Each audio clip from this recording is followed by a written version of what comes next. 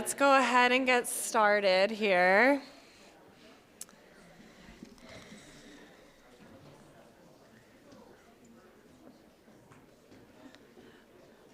Welcome back, everyone. I'm so excited about our next panel discussion, which will be our last discussion before we break for lunch. And do note, we'll come back later after lunch so we can make sure you have the full hour. I know we're running a little bit behind. We appreciate everyone's patience. So this next panel is on the topic of addressing the link between human and animal mistreatment. And we have some incredible folks here today that I'm just so excited to hear from. And this is a topic that we wanted to make sure we spent some time on today because, as everyone here knows well, there is a strong link between animal mistreatment and human mistreatment, whether that's issues of self-neglect or issues of domestic violence or other human mistreatment issues. We often see that in conjunction with the animal mistreatment cases we're addressing, and so we really need an integrated approach to addressing these issues. And it is something, as you know, yesterday when Governor Polis was here and Commissioner Kate Greenberg were talking, they brought up this issue and the importance of addressing mental health, of addressing issues of human mistreatment as well as animal mistreatment. So we're hoping we can just start those discussions today and explore some of the new initiatives that are out there to address this link between human and animal mistreatment. And so we brought together this panel of experts. Just to start us off, I just want to mention really briefly, it won't take more than a couple of minutes, but we did explore this topic a little bit most recently in a survey we conducted of BAP agents as well as law enforcement. And so I wanted to share really quickly just some of our results that we got from that survey to kind of start us off in our discussion. And so when we conducted a survey of our agents and law enforcement, one of the things that we asked is, how often do you coordinate with the following social service and mental health agencies and programs when addressing animal cruelty cases? And so we asked about Adult Protective Services, Child Abuse Neglect Hotline, mental health co-responders, and your county's Department of Health and Human Services. And one of the things that we found is a lot of people said sometimes. So sometimes that happens, not always. And so when we asked survey respondents, why might you not coordinate when you want to coordinate with some of these agencies? What might be some of the barriers to addressing the link between human and animal mistreatment? Folks brought up a variety of different responses. And specifically, we asked, what would help you better coordinate with social service mental health professionals? And a lot of BAP agents, law enforcement officers said, we don't necessarily have the training, and we would love more training on what should be referred and how to do that referral. Folks also answered, we need better staffing for social service mental health service agencies, so there's folks available to us when we do call and ask for support. Respondents also talked about, who do we call and where? We need a resource list in every county with the names of the appropriate social service and mental health professionals. We also, folks talked about, we need some connections between our agents, between law enforcement, and those mental health social service professionals. We need to facilitate those connections. And that response is really what inspired this panel today, is to hopefully begin facilitating those connections. And then also just, what sort of, can we provide resources for social service mental health service professionals to assist us with animal cruelty cases? Are there ways in which we can tell folks working in this space what we're dealing with in animal cruelty cases and why their work is absolutely essential? So those were some of the responses that we have today, and I also wanted to share that for our panelists too, so what we're kind of thinking about and some of the challenges and resource needs that we have as agents and as law enforcement officials out in the field. So we have, once again, just an amazing panel of folks today. So I'm going to start off with some introductions of our speakers, and then we're going to do some speed talks. So hear 5 to 10 minutes from each speaker, and then we'll open things up for questions. So the first person that we have here as a panelist is Betsy Molgano from the Colorado Behavioral Health Care Council, and she's also the first person right here on my left, which worked out great. She is the Program Director of Mental Health First Aid Colorado with the Colorado Behavioral Health Care Council. She graduated from the University of Colorado Boulder with a BA in political science and a minor in philosophy. Prior to joining CBHC, she worked for the Aurora Public Defender's Office as an AmeriCorps Vista and later joined the CBHC team as a policy analyst intern. Her work with the Public Defender's Office drove her to pursue work serving people with behavioral and mental health needs. In her current role, she manages a statewide network of mental health first aid coordinators and instructors to support the delivery and dissemination of the mental health first aid educational training. All right, so welcome, Betsy. Thank you so much for being here today. All right, and next to Betsy, we have a guest speaker, and I apologize, I don't yet have his bio. I didn't get it in time, but I would love to provide you with the opportunity to introduce yourself.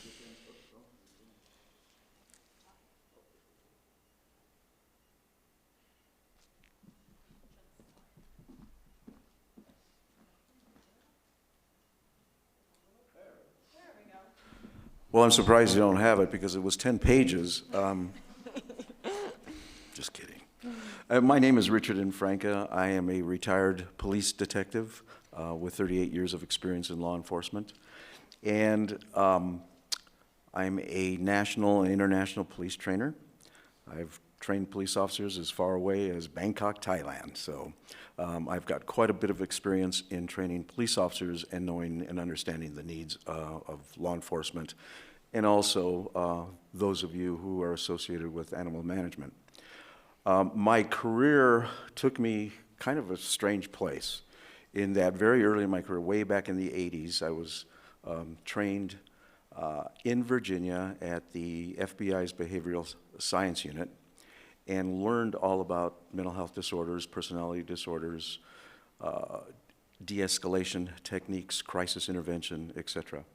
And I was fortunate enough to use a lot of that throughout my career in helping the members of our community, keeping them out of the criminal justice system, because mental illness is just that, it's an illness, and getting them into treatment or back onto treatment.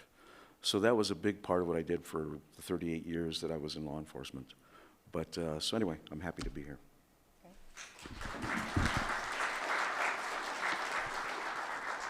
Great, thank you so much for being here. And then we have Shelley Reeder here today, who's the DVP specialist at the Colorado Department of Human Services Domestic Violence Program. Shelley joined DVP following 15 years of working directly in the field to end domestic and sexual violence, including 9 years with Crisis Center in Douglas County. Shelley has a strong background in anti-violence work, and she holds a vision of moving the field forward to ensure the services are inclusive for all survivors. Born and raised in Colorado, Shelley enjoys the seasons in our state, especially fall. Me too. She also loves how dog-friendly Colorado is and is pleased to be leading DVP's Animal Companion Safety Project. Welcome, Shelley. All right, and then we have Nicole Lopez. Nicole, if you want to wave. Fabulous. Guest Services Coordinator at Porchlight, a family justice center, has worked in victim services since 2007. Nicole has worked in sexual assault prevention education, in corporate purchasing, and at the 1st Judicial District Attorney's Office with domestic violence victims. Nicole has now found a way to help the community and utilize her skills working with staff, community partners, interns, and volunteers at Porchlight. When she's not working to end the cycle of violence, Nicole enjoys traveling around the world and spending time with her family, especially her pets. Welcome, Nicole. And then our last speaker is Jessi Culkin, who is passionate about supporting people who care for pets, both professionally and in their personal lives. Jessi's career has focused on animal shelter operations, staff training and mentorship, and building community connections and resource access. In her current role as Associate Director of Shelter Services and Community Programs, she works to preserve the human-animal bond through patron services at Foothills Animal Shelter. Welcome, Jessi. Okay, so we're gonna start off with our speed presentations. And let's see, who do I have first? I have Betsy's. Oh, and I realized I missed part of your bio, Betsy. I'm so sorry. In her current work, Betsy works with the CBHC policy team to encourage legislators to advance the FACO program by breaking down training barriers to allow all Coloradans access to the MHFA training. She also works with organizations to break down training cost barriers by providing grant funding to alleviate material expenses. Betsy is also a certified adult and youth mental health first aid instructor and enjoys instructing local classes. Thank you so much, Betsy. So I'm going to invite you both to come up to the stage and give your speed talk.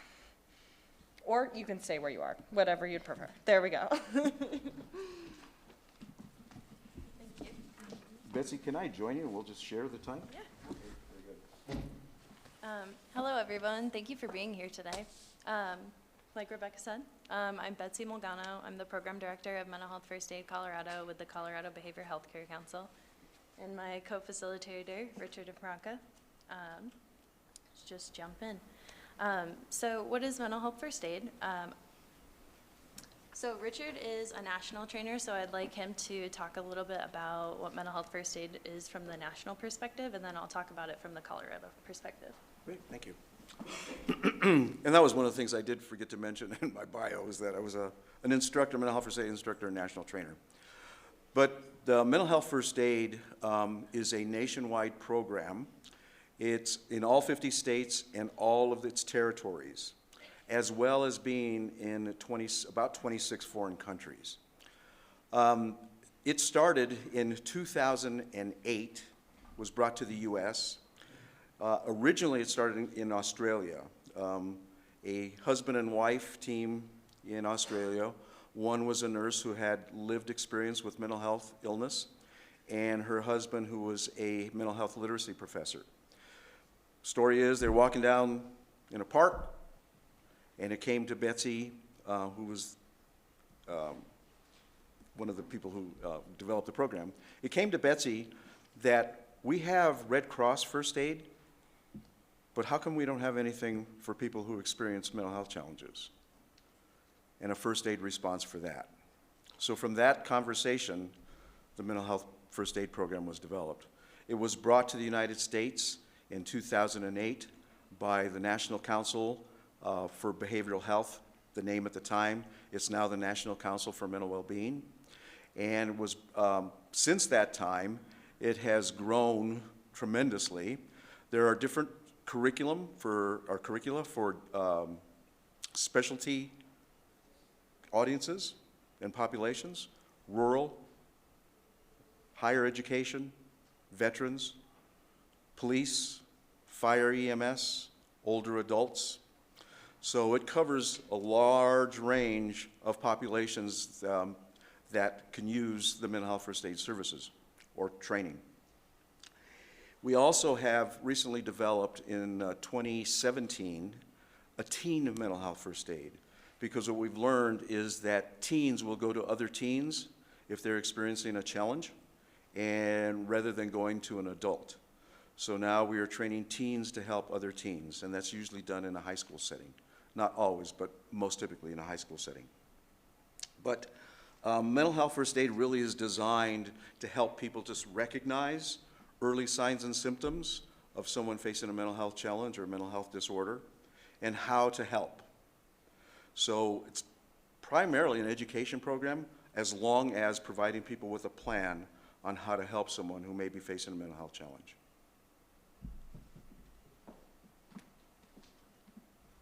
So Mental Health First Aid Colorado began in 2011, and it's housed under the Colorado Behavioral Health Care Council. We have over 130,000 Coloradans trained in mental health first aid, with 750 instructors and growing. And we have 32 coordinators across the state, and we work with a statewide network of mental health first aid coordinators within the community behavioral health centers. We also work with other nonprofits and schools and law enforcement who have in-house coordinators as well, and they manage a team of instructors. So why mental health first aid? 1 in 5 people in the U.S. are experiencing a mental illness, and mental health first aid allows people to have meaningful conversations about mental health stigma. And many people are not well informed about mental health problems, and professionals are not always on hand, so mental health first aid acts as a nice liaison between someone who's in crisis and help getting them connected to a professional. It teaches people when and how to seek help.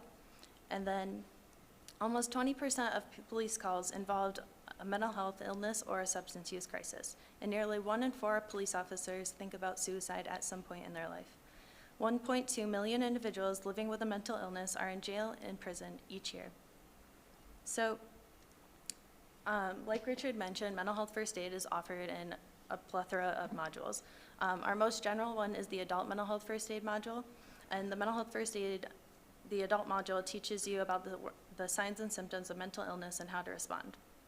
This is appropriate for anyone who's older than 18. It's perfect for people who are employers, employees, police officers, hospital staff, first responders, and caring individuals and community members. I'm going to hand it, Mental Health First Aid is a course that will teach you how to apply the Mental Health First Aid Action Plan, ALGE.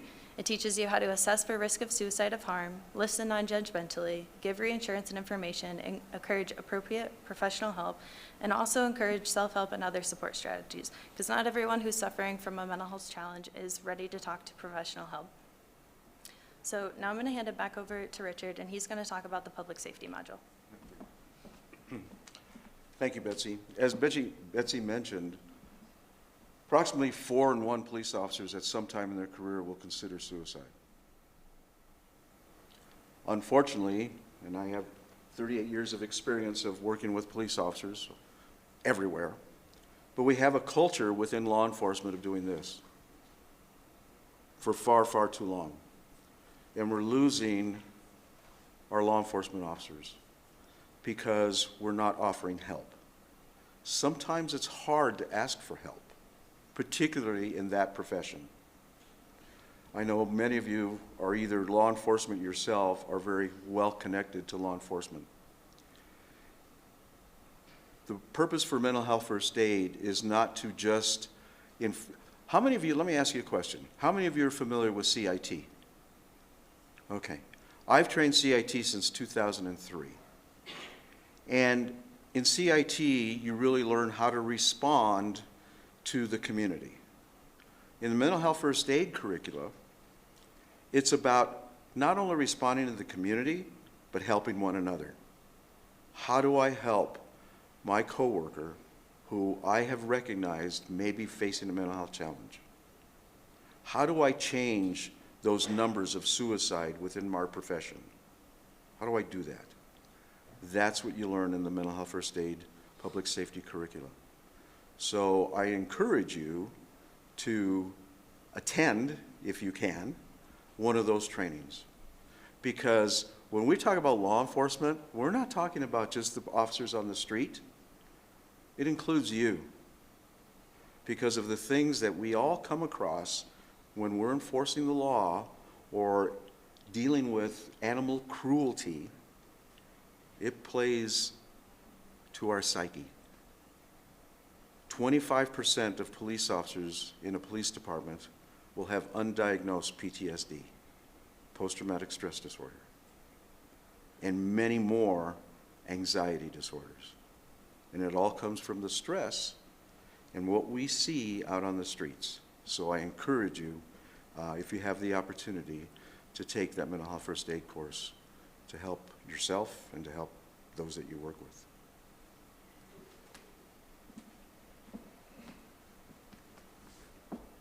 So Richard kind of touched on this slide already, so how mental health first aid for public safety can help. It improves the way law enforcement interacts with people facing mental health and addiction challenges. It models de-escalation techniques useful when responding to people in crisis safely and effectively. It teaches skills to safely address camaraderie's mental health or substance use challenges. It helps reduce stigma, increases mental health and substance use literacy. And then off to the right on the slide, or my left, that's the ALGE action plan, and it centers around assessing every situation. And then, so Rebecca and I have partnered to offer a mental health first aid class on March 2nd and 3rd. The first one will be in person, so on March 2nd, it'll be a public safety mental health first aid class. We have details, there's flyers out in the front when you first walk in. And then on March 3rd, we're gonna offer a virtual one. That one was supposed to be for public safety, but I made a mistake, and it's going to be an adult mental health first aid class, but it'll be online as well. So if you're not able to come to the metro area and you're in a different part of the state, this will be an easy way to access the training. If you have any questions about the training or about mental health first aid in general, please feel free to send me an email or send Richard an email. We're always happy to help answer any questions. And if you want to bring mental health first aid training to your organization, we do offer grant funding. We offer $45 per participant. We offer it for law enforcement. So if you'd like to get trained, if you'd like to have your department trained, please feel free to reach out to us. And if you have any questions, the floor is yours.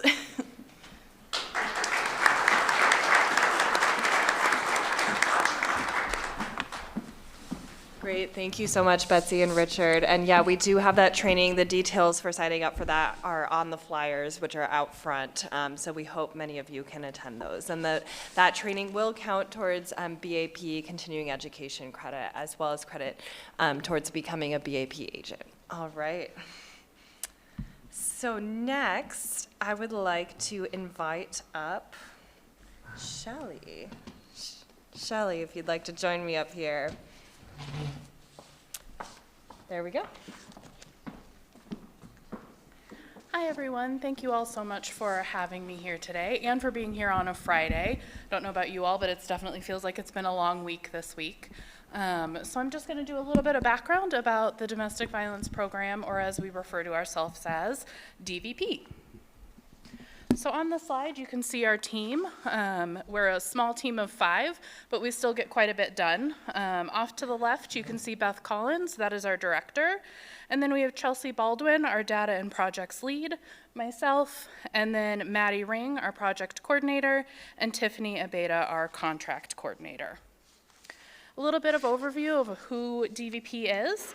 The Domestic Violence Program is part of the Colorado Department of Human Services. The Colorado Department of Human Services has 5 public-facing offices: the Office of Adult Aging and Disability Services, the Office of Behavioral Health, the Office of Early Childhood, the Office of Economic Security, and the Office of Children, Youth, and Families, where DVP is housed. A little bit about DVP itself. We were initially started in 1984 as a legislative response to community need. Our mission is to partner with communities to promote the safety and well-being of domestic and sexual violence survivors and prevent domestic and sexual violence through good stewardship of funding resources and the advancement of quality programming.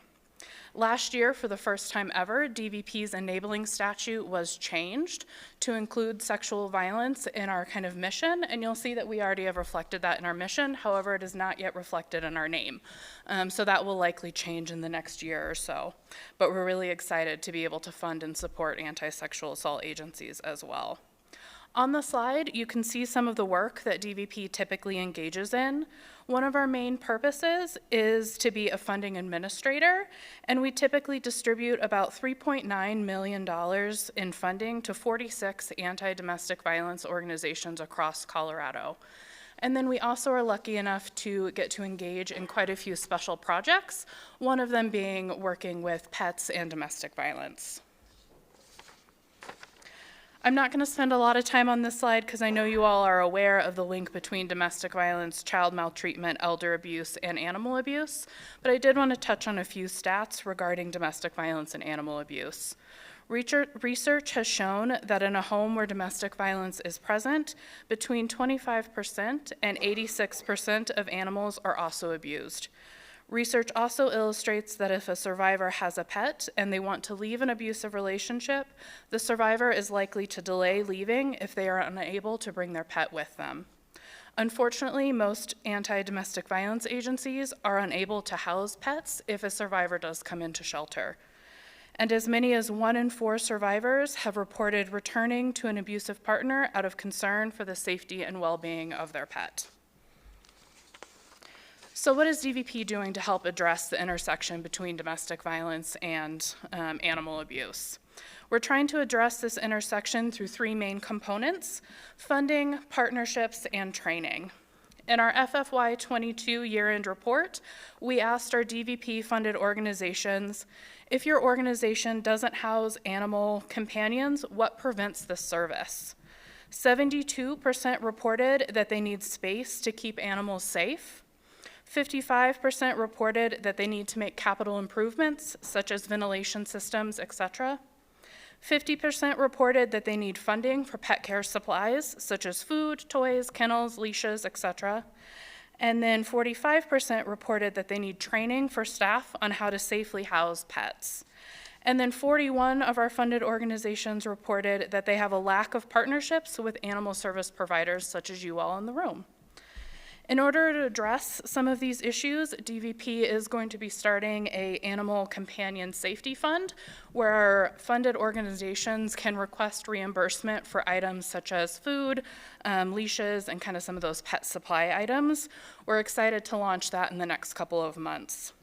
We've also been focusing on some partnerships to help address these needs, such as our partnership with BAP, and then we've also created a partnership with Red Rover as well.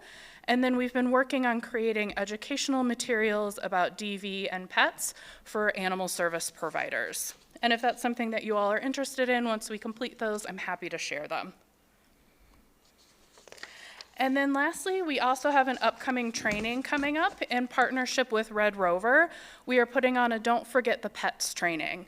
At this training, community-based anti-domestic violence agencies will be able to come together with pet care providers such as yourselves.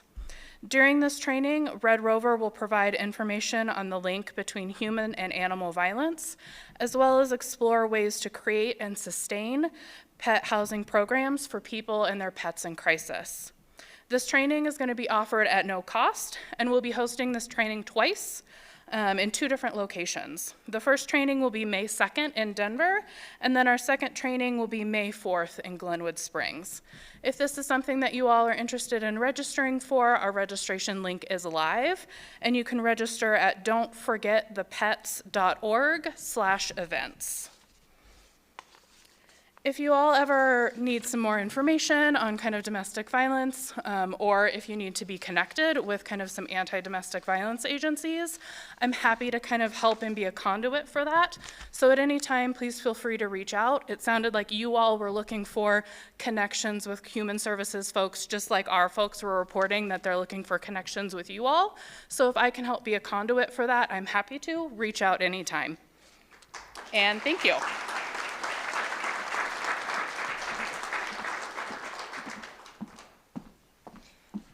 Great, thank you so much, Shelley.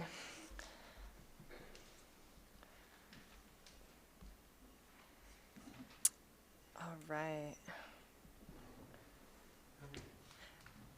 It's so great to see how much work is already out there on addressing this link and how many opportunities there are to get involved in that. All right, so our last talk today from Nicole and Jessi is on collaboration for addressing human-animal mistreatment.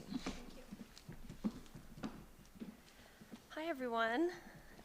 Thank you so much for all you do, and thank you for being here today. Jessi and I, this is our first time doing a presentation together, but we're really excited to continue sharing the work that we're doing. Let me go to the next slide. Here we go.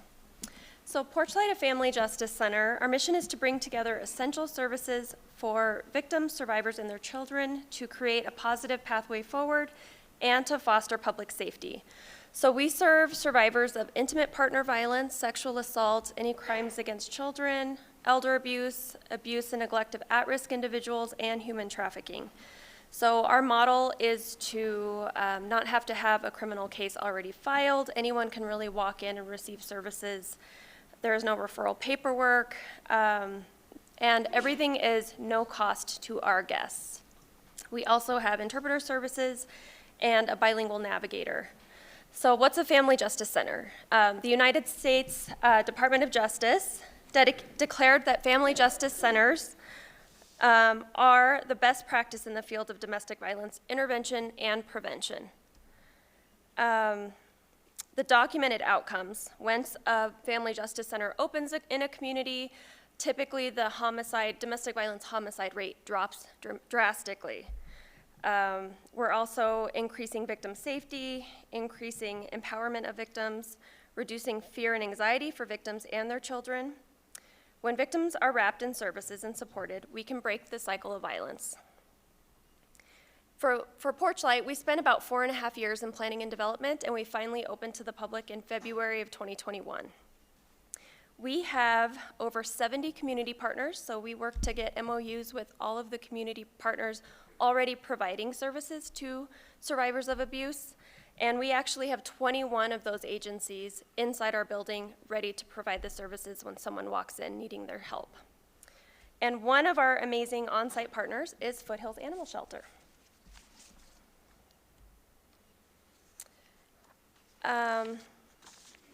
So as Shelley mentioned, so in a domestic violence shelter, survivors will disclose that most of the time the abuser has already threatened harm or killed a family pet. And so how do we identify these lethal individuals? So what Jefferson County uses is the Ontario Domestic Assault Risk Assessment Tool, so we call it the ODARA form. And part of those questions is to ask the victim, has there been death threats made to your pets? Is there pet abuse happening in your home? And we use this form to present to the judges when they're setting bonds, to the district attorney's office when they're doing plea offers with these offenders. Also, pretrial services can observe, they actually score the ODARA so that they know the lethality. It is on a scale of 0 to 13, so if it's 7 or higher, we know it's a higher lethality individual. So this is a way for us to safety plan with that named victim and provide supports. And then again, a similar graphic to what Shelley had. We know that a lot of the types of victimizations, animal abuse, child abuse, elder abuse, and domestic violence are all intertwined. So these are the same individuals who are perpetrating harm on animals, are also perpetrating on those who are most at risk. So we want to make sure that community members are educated on the risk of animal abuse. And so this graphic is actually from the National District Attorneys Association. And intervention is important to stop the cycle of violence, and so is understanding the indicators. So the age-old question, why don't they just leave the situation? We know intimate partner violence is very complex because of the relationship dynamics. So there are many barriers to keeping a victim in an abusive relationship, including their basic needs, love, and one of the big ones, pets. So lots of times pets are used as a tool to keep that survivor in the home because they're fearful of what may happen. Let's see. So people they don't want to leave their pets behind. And this is one of the main reasons that in our planning and development stages that we wanted to partner with our local animal shelter. So Foothills has been amazing. And I will talk to you a little about your program. Thanks. Thank you. I thought I'd just start by sharing a little bit about Foothills Animal Shelter. We are also just thrilled to be in partnership with Porchlight, which did start in the planning and development stages of our Family Justice Center locally, and then really flourished in 2021. Foothills is a full-service and open admission animal shelter servicing all of Jefferson County. Last year, we served almost 9,000 animals across all of our shelter programs. We are a socially conscious animal shelter and abide by the 5 tenets of socially conscious sheltering, which I think many of you are familiar with, and in the event that you are not, those are transparency, ethical decision-making, mutual respect, continual learning, and collaboration. Our shelter mission statement includes to provide support services that support the human-animal bond. And in that spirit, we began an emergency program called Better Together. It started in its original form back in 2019. And at that time, the primary means of admission into the program was through our animal management and control partners in Jefferson County. They were the primary means of transporting those animals to us and really the only mechanism for enrolling in the program. And what we're happy to have accomplished in 2022 is to start to assess a little bit how we could expand our program through the use of other network partners similar to Porchlight. So come last year, we did start to increase our means of bringing animals into the shelter and into the program through referrals from community partnerships that we are continuing to develop. We recognize the need for a social worker in the program, and we brought one on. Her name is Kira from the DU School of Social Work last year. She started with us as an intern and was very soon to become a full-time team member, and she is now our Better Together program manager. And as we mentioned, our partnership with Porchlight began in 2021, and since that time has continued to grow. Eligible circumstances for enrollment in our Better Together program include housing insecurity, incarceration, hospitalization, pet owner has become deceased, domestic violence, or any other circumstance that causes temporary separation between the person and the pet. We offer a 10-day free of charge boarding for folks that meet those circumstances. And in addition, for those that don't require boarding, we can offer pet supplies, referrals to other organizations. We offer referrals to resources to both human and animal organizations, and sometimes referrals to programs that are similar to ours, but that can meet a person's needs better.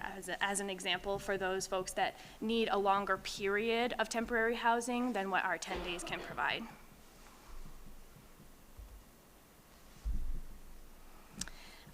Our partnership at Porchlight is just so beneficial because it allows for volunteers from Foothills Animal Shelter to be on site at the Porchlight booth. So for those pets that don't require, and guests that don't require pet boarding, we're able to provide supplies to them at that one-stop shop while they're visiting the Family Justice Center. In addition to supplies, we can offer spay and neuter vouchers, vaccine and microchip vouchers, referrals to protective custody boarding with other organizations, and we can provide information because we understand that these folks are in a position where they may need to be separated from their pet or separated from their pet supplies unexpectedly at any moment.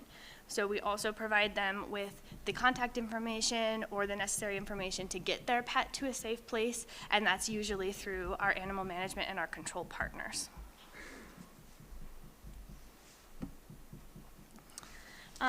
We have a few statistics. We're very lucky to have wrapped up all of our 2022 statistics just in time for this presentation.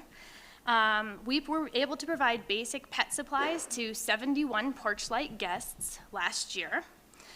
We had 8 guests come into the shelter, 8 guests who had 17 animals actually come into the shelter for protective custody boarding. And that accounted for only about half of the animals that ended up in Foothills care for the reported circumstances of domestic violence. So it allowed us to create sort of a two-way street of referrals.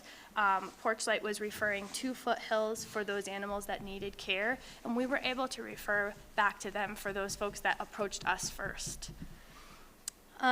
We were able to get low-cost vet information to 4 guests, spay-neuter vouchers to 62 guests, and pet food pantry information to 2 guests.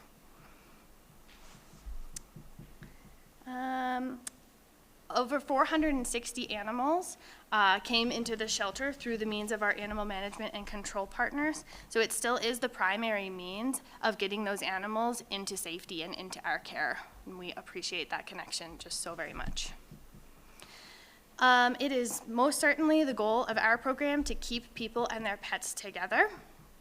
And studies have shown that benefits of retaining that human-pet bond include to reduce the number of pets entering the shelters, buffer the effects of high crisis events, increase the physiological benefits to humans and to their animals, And we follow a One Health perspective, which means that we believe truly that the human and animal welfare is interconnected.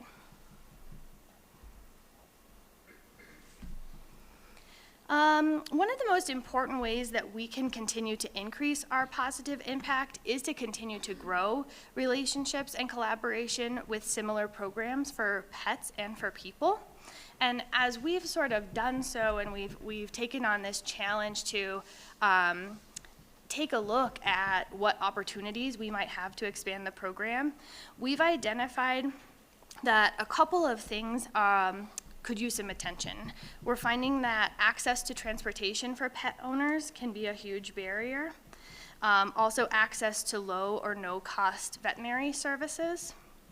And we recommend training for team members who are working in these animal and human services so that they can identify suffering or identify potential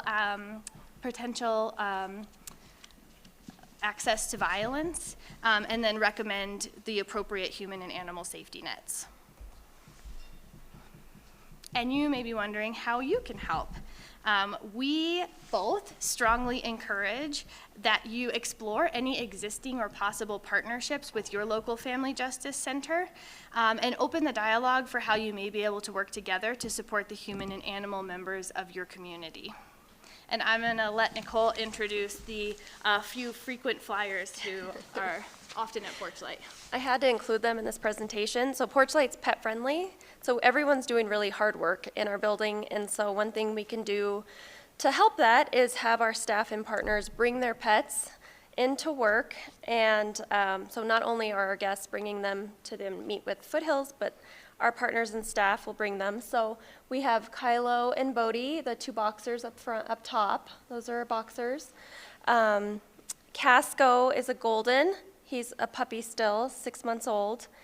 Pepper is our little dachshund, long-haired. She is our emotional support animal that sits at the front desk. So if you're ever coming through Porchlight, you'll meet Pepper. And then Bader, after Ruth Bader Ginsburg, is on the left with her little sweater on. So I had to include them.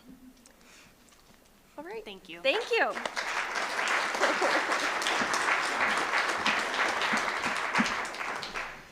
Great. Well, thank you. Thank you so much for those talks. I think they all provide excellent examples of really innovative programs for addressing the link between human and animal mistreatment. And I love how each talk here provided examples for how agents and animal welfare organizations and law enforcement can be involved in addressing this link. And so really appreciate your time here today. And one other note that I'd like to make is here at the Bureau of Animal Protection, one of the things that we've done to try to address this link is we have requested in a budget request a at least 50% time social worker to be on staff with the Bureau of Animal Protection, and this person would be available to help BAP agents in the field as well as our own staff in addressing those cases where there might be a link between human and animal mistreatment, and providing support to our agents and to our staff directly. So fingers crossed. The first hearing will be at the beginning of March, and we hope that that request will come through.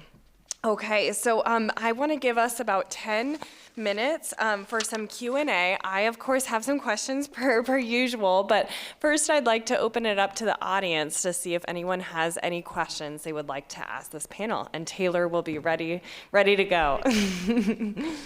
Great.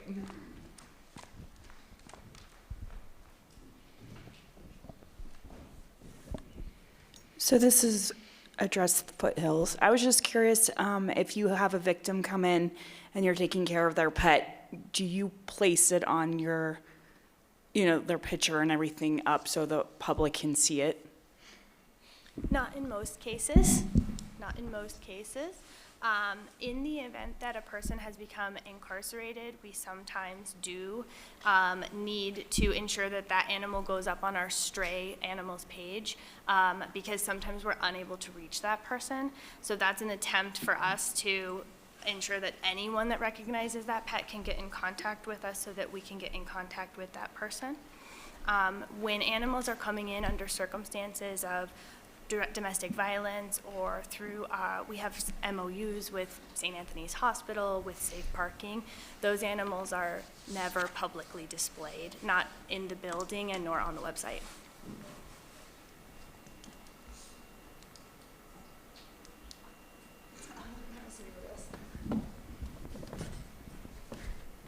So I have one question I can ask as folks continue thinking.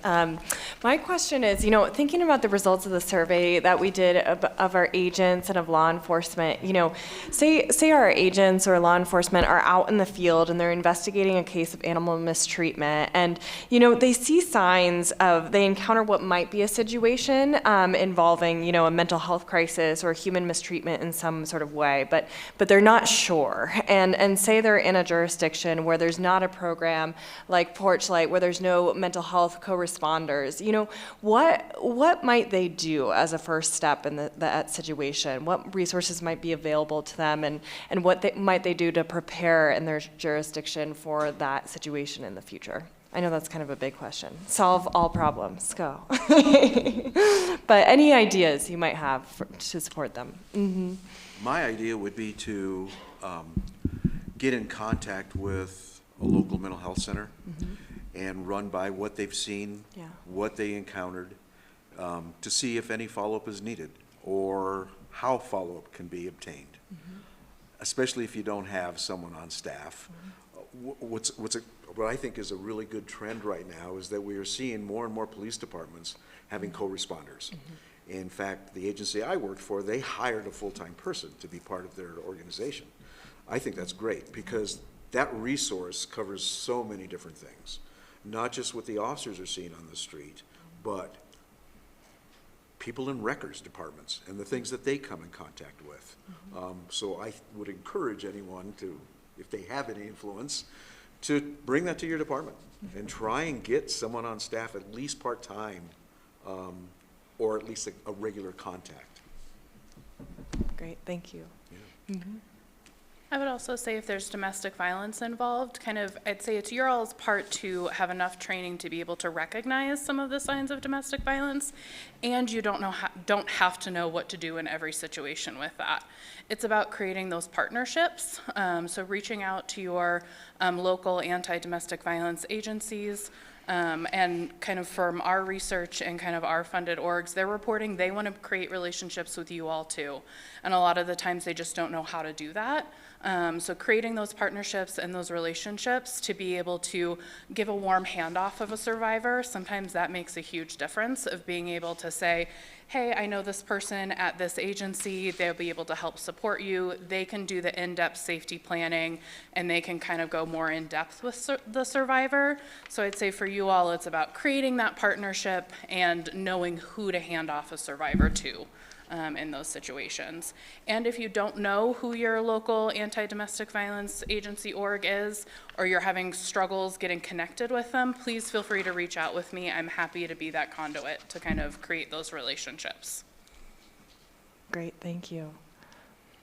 Anything else to add? The only idea, you really said it well, Shelley, is increased collaboration. That is how Porchlight is not, we're not experts on every type of human victimization or animal victimization that exists, but we have sought out the agencies that are, so that we have a place to call when something comes up. And there's always a situation that maybe we don't know, but we know the people that we can contact to then ask those questions. So that's helpful. Great. We got one more question from Chris.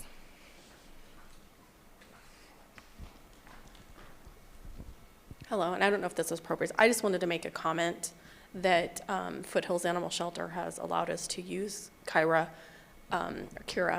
in our court process with the person who had been charged with animal cruelty, and she sat through the entire process with this person. She went to his home with us. So if you can make those connections and get somebody involved, it was so helpful for this person to have somebody sit with him so that he felt supported.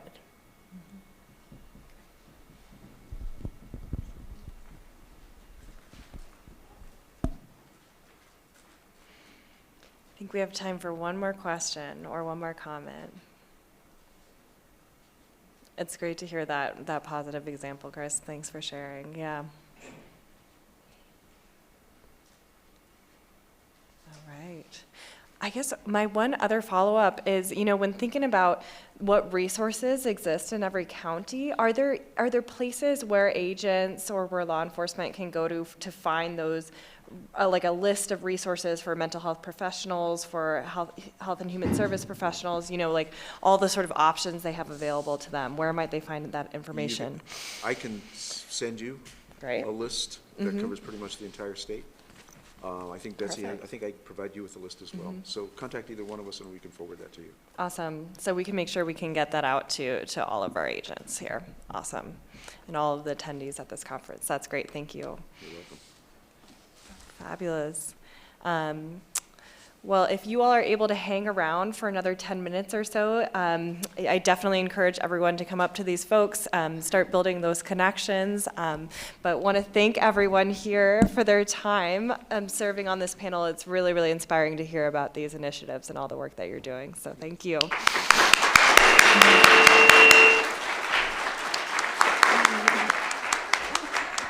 All right, and then we're gonna go ahead and break for lunch. Let's see, it is 12:11 right now, so let's come back at 1:15 for a presentation on coordinating with PACFA on investigations.